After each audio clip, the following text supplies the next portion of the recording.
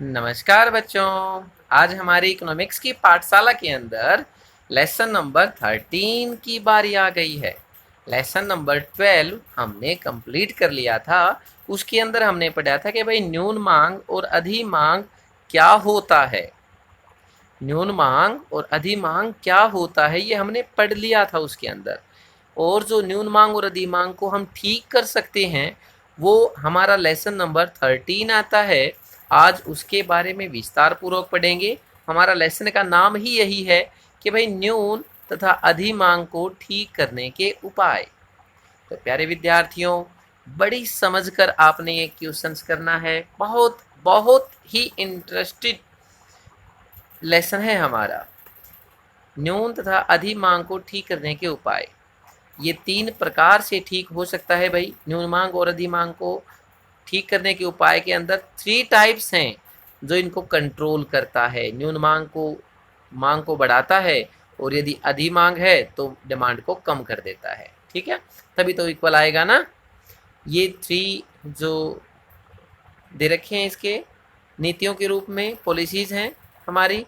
First है राजकोषीय नीति, सेकंड इज मौद्रिक नीति एंड थर्ड इज विदेशी व्यापार नीति। राजकोषीय नीति के द्वारा हम न्यून मांग और अधि मांग को ठीक कर सकते हैं। मौद्रिक नीति के द्वारा भी हम न्यून मांग और अधि मांग को ठीक कर सकते हैं। इसी प्रकार विदेशी व्यापार नीति को भी हम अपना सकते हैं।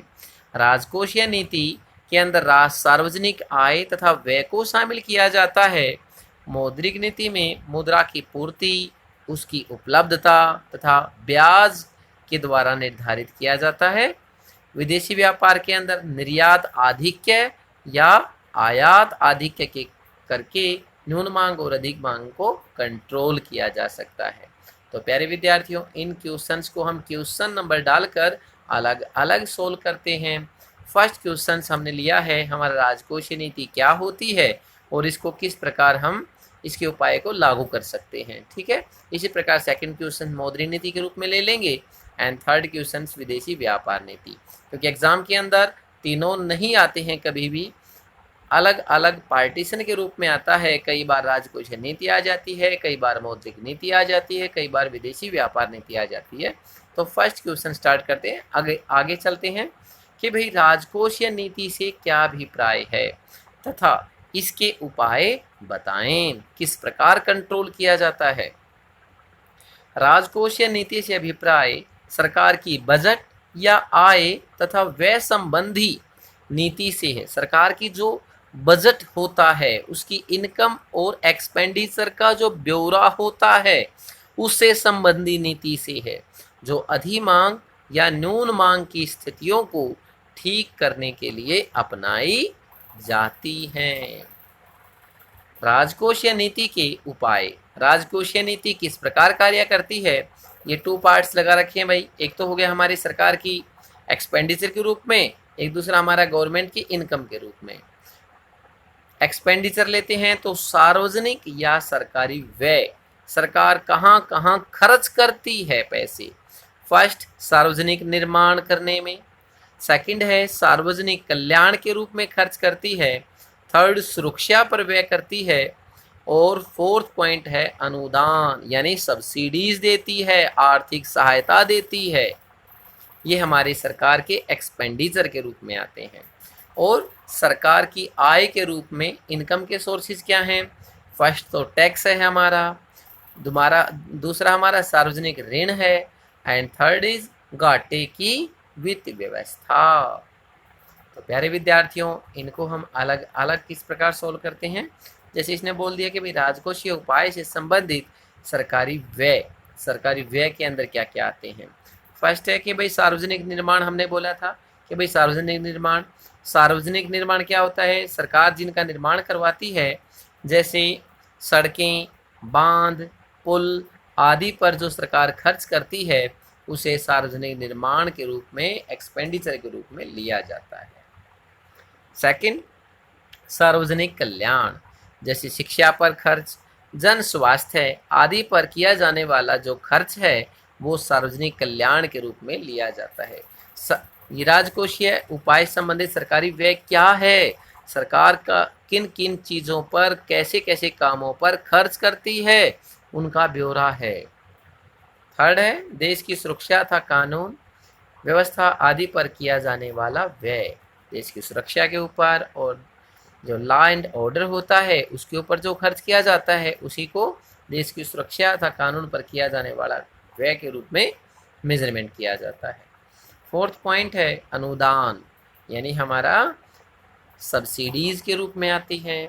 उत्पादकों को उत्पादन को बढ़ावा देने के लिए दी जाने वाली आर्थिक सहायता को अनुदान के तौर पर सरकार खर्च करती है। ठीक है, तो प्यारे विद्यार्थियों, हमारा जो राजकोषीय नीति है उसमें एक तो सरकारी व्यय आता है, एक सरकारी आय आती है। सरकारी व्यय के अंदर सार्वजनिक निर्माण, सार्वजनिक कल्याण, सुरक्षा पर व्यय और अनुदान, ये 4 पॉइंट अच्छी तरह टिप्स पर याद कर लें। और ये होता क्या है, ये पॉइंट्स हमने नीचे लिख दिए हैं। अब हम सरकारी आय के रूप में पढ़ेंगे कि सरकारी आय क्या होती है। तो प्यारे विद्यार्थियों, सेकंड पॉइंट है सरकारी व्यय की वित्त व्यवस्था या सरकारी आय। इन उपायों का प्रयोग करके सरकार अर्थव्यवस्था में अधिमांग या न्यून मांग की स्थिति को ठीक कर सकती है। ये उपायों को अपनाती है सरकारी आय किस प्रकार कम करती है या अधिक करती है उसके द्वारा। फर्स्ट है हमारा टैक्स। कर। कर क्या है? कर एक ऐसा आवश्यक भुगतान है जो सरकार को उसके बनाए गए कानूनों के अनुसार दिया जाता है। जो हर एक व्यक्ति, सरकार ने जो कानून बना दिया उसके अनुसार व्यक्ति सरकार को अदा करता है। कर 2 प्रकार का होता है। फर्स्ट डायरेक्ट टैक्स होता है, सेकंड इनडायरेक्ट टैक्स होता है, यानी प्रत्यक्ष कर और अप्रत्यक्ष कर। प्रत्यक्ष कर क्या होता है? प्रत्यक्ष कर वह कर है जो व्यक्तियों की आय तथा धन पर लगाए जाते हैं। इनका भुगतान वही व्यक्ति करता है जिस पर यह टैक्स लगाया जाता है, जैसे आयकर, उपहार कर, संपत्ति कर आदि। प्रत्यक्ष कर जिस व्यक्ति पर लगाया जाता है उसका भुगतान वो स्वयं करता है, उसे ही हम प्रत्यक्ष कर कहते हैं। सेकंड है अप्रत्यक्ष कर। अप्रत्यक्ष कर वह कर है जो वस्तुओं और सेवाओं पर लगाया जाता है और उसके बोझ को किसी दूसरे व्यक्ति पर टाला जा सकता है। इसका मतलब एक व्यक्ति पर टैक्स लगाया जाता है और उसका भुगतान दूसरा व्यक्ति करता है, यानी जिस व्यक्ति पर टैक्स लगाया जाता है वो अपना टैक्स टालने में सफल हो जाता है। इस प्रकार के टैक्स को अप्रत्यक्ष कर यानी इनडायरेक्ट टैक्स कहते हैं, जैसे बिक्री कर, उत्पादन कर, मनोरंजन कर एटसेट्रा। सेकंड पॉइंट सार्वजनिक ऋण। सरकार जनता से ऋण के रूप में जो रकम एकत्रित करती है उसे ही सार्वजनिक ऋण कहते हैं। एंड थर्ड पॉइंट इज घाटे की वित्त व्यवस्था। घाटे की वित्त व्यवस्था से अभिप्राय बजट के घाटे को पूरा करने के लिए, जब वित्त व्यवस्था घाटे की अपनाई जाती है तो घाटा पूरा करने के लिए नई करेंसी का निर्माण किया जाता है। यानी घाटे की वित्त व्यवस्था से अभिप्राय बजट के घाटे को पूरा करने के लिए अधिक करेंसी जारी की जाती है, इससे मुद्रा की पूर्ति बढ़ जाती है। संक्षेप में कराधान, सार्वजनिक ऋण व घाटे की वित्त व्यवस्था को अपनाकर सरकार अधिमांग तथा न्यून मांग की स्थिति को ठीक कर सकती है। तो प्यारे विद्यार्थियों, यदि आपके पास क्वेश्चन आ जाता है कि भाई राजकोषीय नीति से आपका क्या अभिप्राय है और इसके उपायों का वर्णन करें, तो हम ये क्वेश्चंस उसके ऊपर बिल्कुल स्टिक बैठता है, उसके ऊपर हम इसको राइट डाउन कर सकते हैं और राजकोषीय नीति के द्वारा किस प्रकार न्यून मांग या अधिमांग को ठीक किया जा सकता है वो हम क्वेश्चन नंबर 2 में पढ़ेंगे। क्वेश्चन नंबर 2 है राजकोषीय नीति द्वारा न्यून मांग या अवस्फीति का अंतराल को कैसे ठीक किया जा सकता है। न्यून मांग और अवस्फीति का अंतराल एक ही चीजें हैं। मांग कम हो जाए तो वस्तुओं की रेट कम हो जाएगा, वस्तुओं की कीमत कम हो जाएगी, उसी को हम अवसफीतिक अंतराल कहते हैं। कीमतों का अत्यधिक गिर जाना अवसफीतिक अंतराल कहलाता है। न्यून मांग या अवसफीतिक अंतराल को ठीक करने के लिए राजकोषीय नीति के उपाय निम्नलिखित हैं। फर्स्ट है करों में कमी। करों में कमी यानी हम न्यून मांग को ठीक कर रहे हैं, न्यून मांग को खत्म कर रहे हैं, न्यून मांग को कम करके मांग में बढ़ोतरी कर रहे हैं। यानी फर्स्ट है करों में कमी। न्यून मांग को ठीक करने के लिए करों में कमी की जानी चाहिए, यानी टैक्स पब्लिक से कम लेने चाहिए। और पब्लिक से टैक्स यदि कम लेंगे तो पब्लिक के पास पैसा ज़्यादा रहेगा और पब्लिक जिससे व्यय में वृद्धि होगी। पब्लिक के पास अगर पैसा ज़्यादा होगा तो एक्सपेंडिचर बढ़ेगा, और एक्सपेंडिचर बढ़ेगा तो जो एग्रीगेट डिमांड है वो हमारी बढ़ जाएगी। ठीक है। सेकंड पॉइंट है सार्वजनिक व्यय में वृद्धि। सरकार जो सार्वजनिक व्यय करती है उसमें अधिक व्यय किया जाना चाहिए। न्यून मांग को ठीक करने का महत्वपूर्ण उपाय सार्वजनिक व्यय में वृद्धि है, जिससे जनता की आय में वृद्धि होगी तथा व्यय बढ़ेगा। जिससे समग्र मांग बढ़ेगी व न्यून मांग को कम किया जा सकता है। यानी सार्वजनिक व्यय यदि बढ़ जाएगा तो पब्लिक की आय बढ़ जाती है, आय बढ़ेगी तो उसकी डिमांड बढ़ेगी, और डिमांड बढ़ेगी तो न्यून मांग को समाप्त किया जा सकता है। थर्ड पॉइंट है घाटे की वित्तीय व्यवस्था। यदि सरकार न्यून मांग की अवधि में सरकार द्वारा घाटे की वित्तीय व्यवस्था को अपनाया जाता है तो इससे अधिक करेंसी का निर्माण होगा और न्यून मांग को समाप्त किया जा सकता है। घाटे की वित्तीय व्यवस्था अपनाएंगे तो अधिक करेंसी की आवश्यकता पड़ेगी, अधिक करेंसी अगर छपेगी तो पब्लिक के पास ज़्यादा पैसे जाएंगे, और पैसे जाएंगे तो डिमांड बढ़ेगी भाई।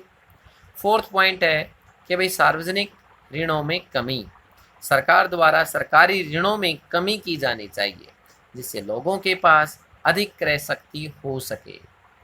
सार्वजनिक ऋणों में कमी की जानी चाहिए, सरकार द्वारा सरकारी ऋणों में कमी की जानी चाहिए जिससे लोगों के पास अधिक क्रय शक्ति हो सके।